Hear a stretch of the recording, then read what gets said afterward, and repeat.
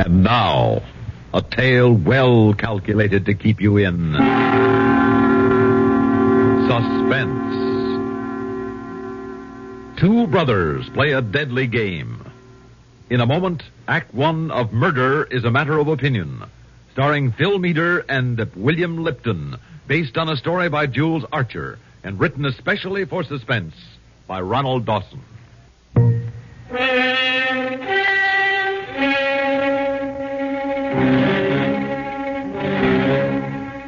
It wasn't surprising that my younger brother Brian and I disagreed so violently on the question of capital punishment. We chose opposite sides on everything as a matter of habit. Ever since Dad had sent him to join me at the Tulane College of Law, we'd argued about murder. Murder is a matter of opinion, Frank, and that's all. Just a matter of opinion. I can't go along with you, Brian. The law not only distinctly defines murder, but furthermore, the law is designed to protect the innocent. Oh, baloney. I can point out quite a few cases where an innocent man was condemned to death. No, sir. I just happen to believe the law is right. Well, you're wrong. Look, if you're so darn sure that the law can be wrong, prove it. All right, I will. How? Each year, Tulane stages a mock trial, right? Of course. The moot court board. Right. Now, they secretly prepare a mock crime on the campus and try to catch us by surprise to give us some realistic experience in criminal law procedure, right? Right. Okay. This year, why don't we spring a surprise on the board? Just you and I will stage our own private murder case. Brian, why don't you do something about that cough of yours? It's really beginning to worry me. You cough all night long. Oh, I'll take care of it. See a doctor one of these days. Please do. Okay, let's get back to our mock murder. I'll play the corpse and you be the murderer, but after we stage the killing, I'll undertake your defense at the trial. What will you prove? Well, I'll prove to you and to the student jury that even though every fact points to you as guilty of first-degree murder, even to the point of witnesses who saw you kill me, you can still be absolutely innocent. You won't use any self-defense gag, no insanity plea, accidental manslaughter? No, a straight, deliberate, premeditated killing. Well, kid, it's a nice stunt if you can do it. It's a deal. Let's work out the details.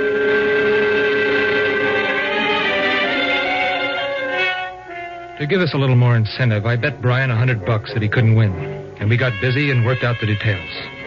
We rehearsed and rehearsed until we were letter perfect. And then we began to act out the drama for the benefit of the student body. We were in the dormitory, and it was crowded. And by what perverted logic, Frank, do you contend that a mother who mercifully puts her idiot child out of its misery is a murderess? No one has the right to take another's life. Don't quote the Bible to me. Think for yourself. Look, if you did a little more reading of the Bible and a little less boasting about what you know of the law... Boasting? You're the one who's always boasting. You're the one who's never wrong. Oh, shut up, will you, Brian? You're just a punk kid. A punk kid, am I? I'll show you who's a kid or not. Hey, come on, you two. Cut it out. Mind your own business. Yeah, Tom, you keep out of this. I'm not going to let this little louse get away with all this nonsense of his. Hey! Okay, brother dear. I'll get you for that.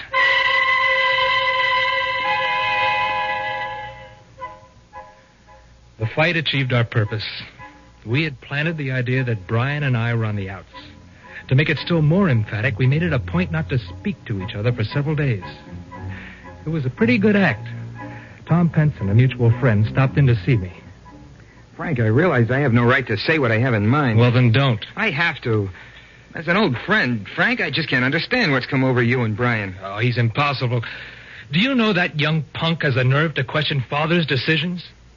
Can you imagine baby Brian questioning the decisions of one of the most learned judges in the country? Well, he's got an inquiring mind. He wants to explore the law. Inquiring mind, my eye. He's got a colossal conceit, and one of these days I'll knock it out of him.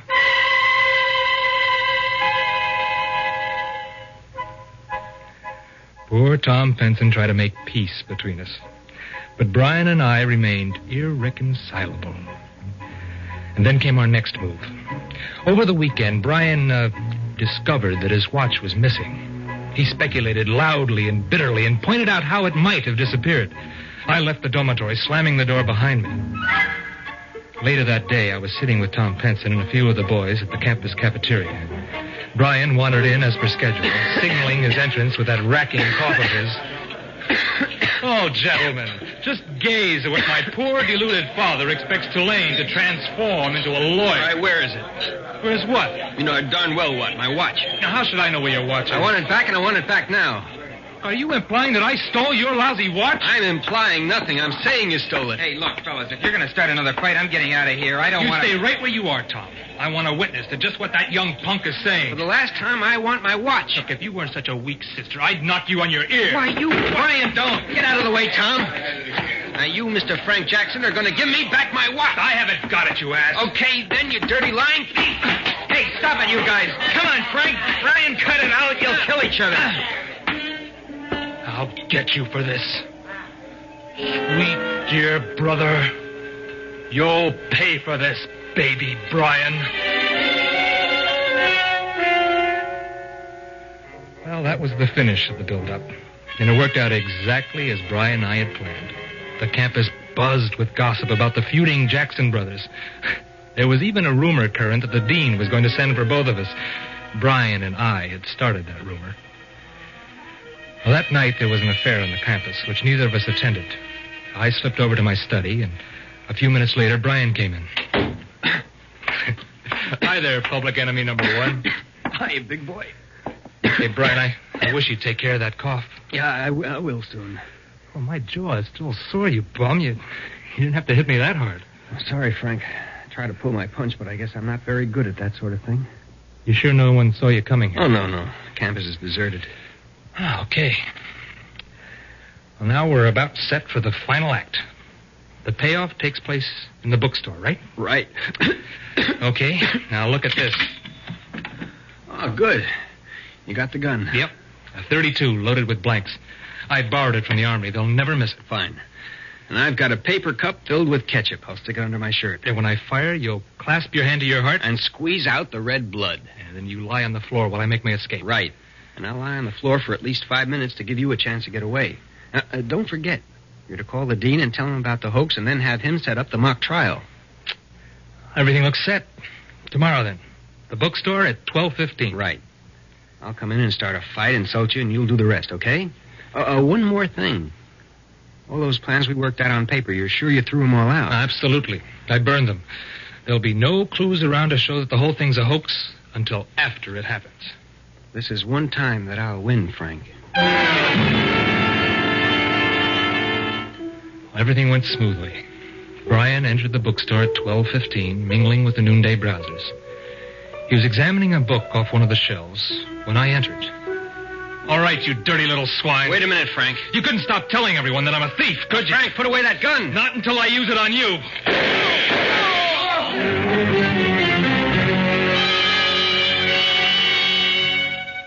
Brian clapped his hand to his heart. The catsup trickled out over his shirt in a convincing red stain. With a slight groan, my brother slumped to the floor on his face. Oh, it was a beautiful job. 2 girls screamed and 1 student fainted. Everyone in the bookshop stood transfixed in horror. I wheeled and ran out, sprinting back to my study. And then, chuckling to myself, I phoned the dean. He wasn't in, so I left word that I called and asked if he'd call me back. I relaxed in my bed, waiting for the dean to call. I began to speculate over Brian's possible defense pleas on my behalf at the trial. He agreed to every detail of the crime as we enacted it. How could he convince a jury of law students that it was anything but first-degree murder? I hated to see Brian make an ass of himself publicly, but it was his idea. Dear God, Frank. What's wrong, Tom? You're as white as a sheet. What did you do it for? How could you do such a terrible thing? Oh, I just killed the little stinker because he had it coming to him, that's all. You killed your own brother and you're laughing at it? He looked so funny lying there. But your own brother. Well, what difference does it make? Just a minute, Tom. That must be the dean. I'm expecting his call. Hello? Jackson, Speaking. this is the dean. Yes, sir? Come to my office immediately. Yes, sir. Beat it, Tom. That was the dean. He wants me to report to his office immediately. But, Frank, look, you're in a lot of trouble. Perhaps if you plead insanity. Insanity, my foot! I planned it. Yes, sir, it was premeditated murder.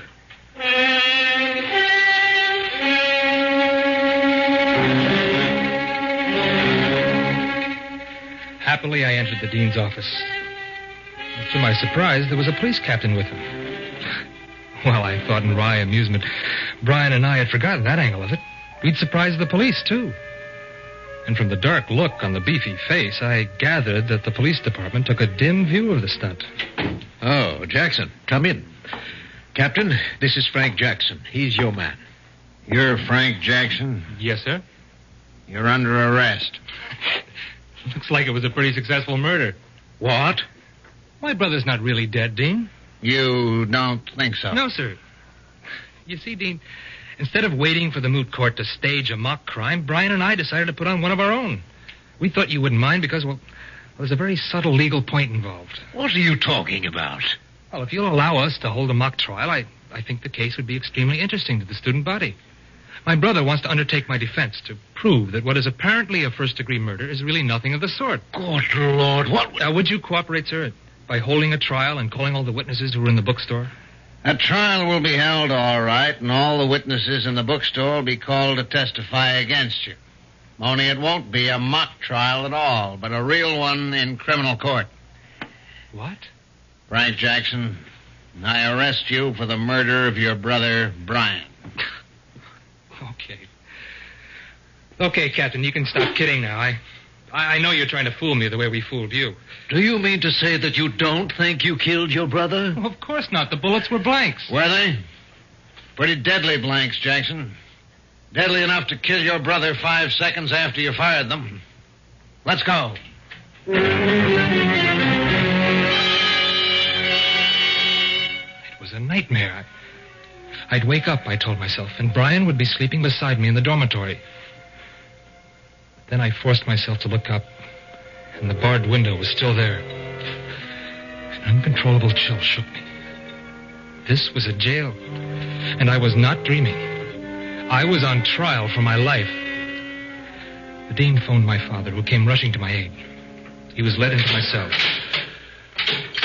Frank. Dad, this is awful for you. Brian gone and me here. Son, we've got to fight. I guess you're right, Dad. Did you get me a lawyer? Yes, the best lawyer in the state, Peter J. Cheney. He'll be here shortly. Dad, I just can't believe it. It's too incredible. You and Brian were so close. Frank, how did it happen? I don't know. Those bullets were blanks. I tested them the day I got them. Well, there can be only one answer. Someone replaced the blanks in your gun with real bullets. But who? Why? No one knew about our plan to stage a mock crime but Brian and me. I didn't even have any real bullets in my possession. There wasn't even the possibility of a mistake. Brian certainly never would have done it. He knew full well the gun was going to be fired at him. And who? Why? I just can't figure it, Dad. It's driving me mad. Think hard, Frank. Isn't there anybody, one single person, who knew about or suspected the hoax? No, there isn't. Not a living soul can testify that Brian and I were playing a game. The only voice that could prove it belongs to my dead brother. And on the other hand, everyone on campus can testify that we had bitter quarrels. None of them knows that the quarrels were faked, and at least 12 witnesses saw me shoot my own brother down. Saw me murder Brian in cold blood.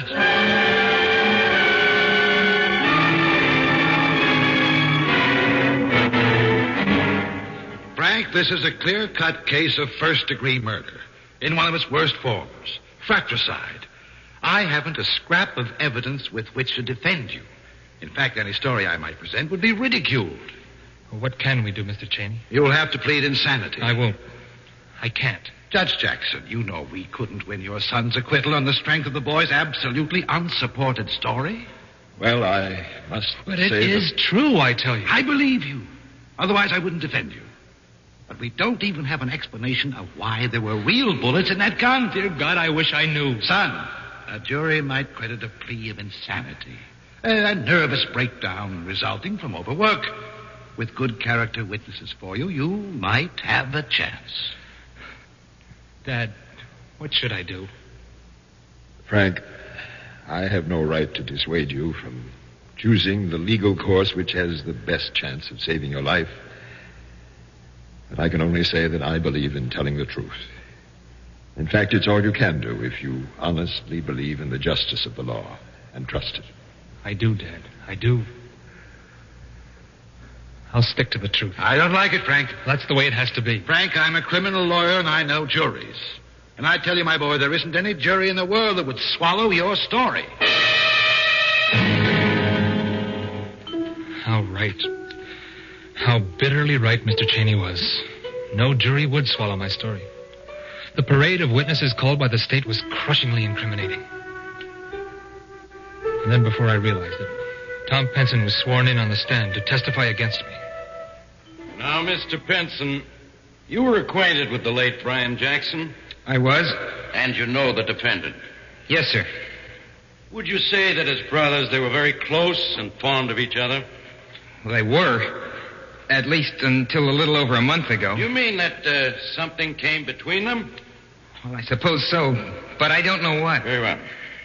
Now, Mr. Penson, were you present in the cafeteria on the afternoon of December 10th? Yes, sir. I was having a cup of coffee with the defendant, Frank Jackson. What happened? Brian came in and Frank insulted him. What do you mean he insulted him? Well, Frank said, "Take a look at what my father expects Tulane to transform into a lawyer." He meant, of course, his brother Brian? Yes, sir. And he said it so loud that everyone in the cafeteria must have heard it. I see. Then what happened? Brian accused Frank of stealing his watch. Was that the end of their quarrel? No, Frank denied that he had the watch, and Brian struck him. You saw that blow struck? I did, yes, sir. Mr. Penson, were you present when the defendant fired the shots that killed his brother? I was. Where did that take place? In the bookshop. What were your reactions? I could hardly believe my eyes. I kept hoping it was some kind of a joke. Go on. I rushed over to Frank's room. Did you say anything to him? I did. I asked him why he did it and how he could have done such a terrible thing. What did he say? He said, "I killed the little stinker because he had it coming to him."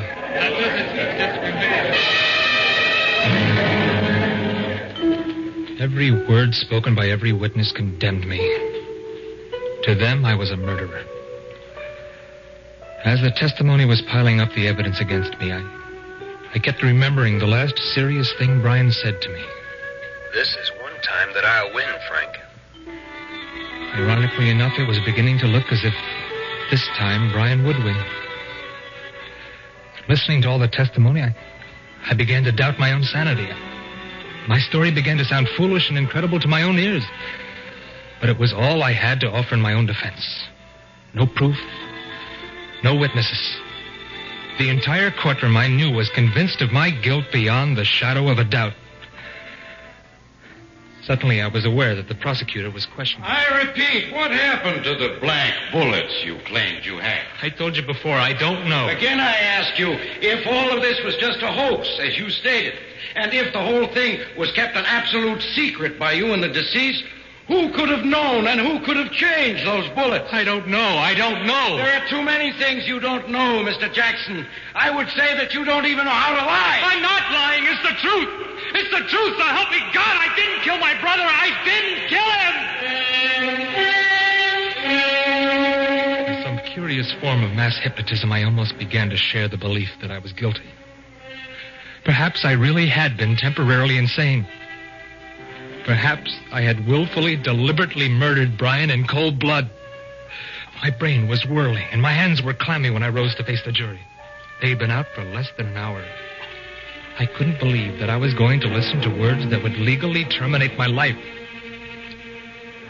The jury found me guilty as charged. I screamed, "No, that can't be! It's all a mistake, an awful mistake! My story's true, every word of it! This is murder! You're murdering an innocent man!"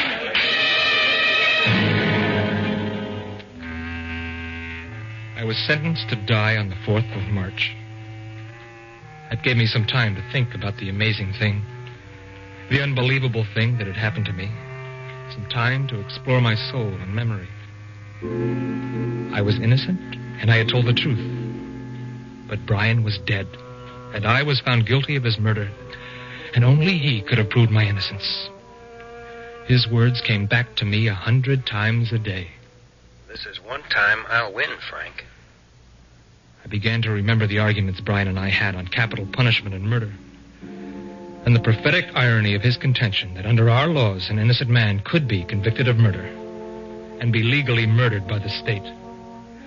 3 days after my sentence had been pronounced, the door of my cell was unlocked. The prison guard came in and told me the warden wanted to see me. I lurched along beside the guard down the long corridor and through a panel door. Inside the room were my father, Mr. Cheney, and another man I didn't recognize. The warden spoke first. Jackson, this is Mr. Bixton, a notary public. He's come here with an amazing story that I want him to tell you in front of your father and your lawyer. All right, Mr. Bixton. Well, you see, 3 days before your brother before he died, he came to me and wrote out a statement which he made me witness without reading. It was sealed in an envelope in my presence, and I kept it in my safe. Please go on. Your brother said you were going to be tried for a crime, and that if you were convicted, I was to hand this envelope to the warden 3 days after your sentence. I have acted upon his instructions. The warden has read the letter and wants me to give it to you. Here it is. To whom it may concern. This is an open letter to my brother Frank, who will probably need it. Dear Frank, I hope you will forgive me for what I did to you. It was I, Brian Jackson, who replaced the blanks in your gun with real bullets. If you recall, you kept urging me to see a doctor because of my cough. I did see a doctor, but never told you or Dad that he had given me only a year to live at most. I couldn't stand a lingering death like that, Frank, so from the very beginning when we planned the hoax, I had suicide in mind. That is what it practically was. But I wanted to prove to you for once that you were wrong. I wanted to show you that you, a perfectly innocent man, could be convicted of first-degree murder and sentenced to death under our system of law. This letter will, of course, bring you your freedom. But if my hand had not risen from the grave, so to speak, the law would have hanged you.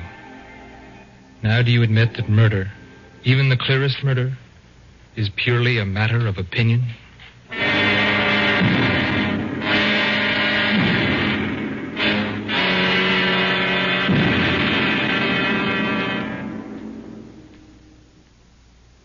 Suspense. You've been listening to Murder is a Matter of Opinion, starring Phil Meader and William Lipton, and written for Suspense by Ronald Dawson, based on a story by Jules Archer.